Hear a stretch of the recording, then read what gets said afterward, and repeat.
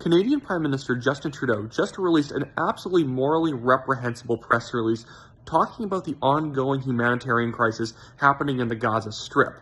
Now, I do not deny that there is a humanitarian crisis occurring in the Gaza Strip, but what was so gross about what Justin Trudeau said was that he kept what's going on in the Gaza Strip so vague that certain members of his base are going to be able to try and blame Israel for what's occurring. Remember, Hamas is the government of the Gaza Strip, but many members of Justin Trudeau's base who don't think Hamas is all that bad are trying to blame Israel for the humanitarian crisis because they recently cut off water and electricity to the Gaza Strip.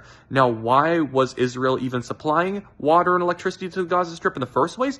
Well, it's because the Hamas government in Gaza does not provide those resources to their own people. In fact, Hamas dug up water pipes so that they could turn them into missiles to fire at Israel. Justin Trudeau does mention Hamas and terrorism in the statement, but then he says, well, the Canadian government's going to send $10 million of relief aid to the Gaza Strip to help the people out. But don't worry, none of this money is going to go to Hamas. How is not going to go to Hamas? Hamas is the government.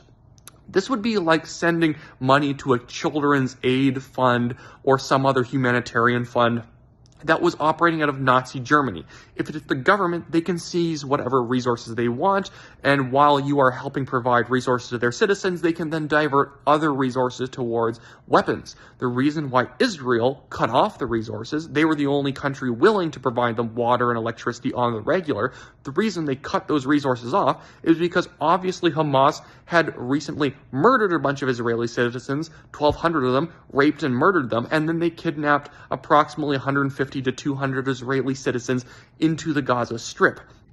Obviously, Israel is cutting off those resources to pressure Hamas to release their citizens back to them.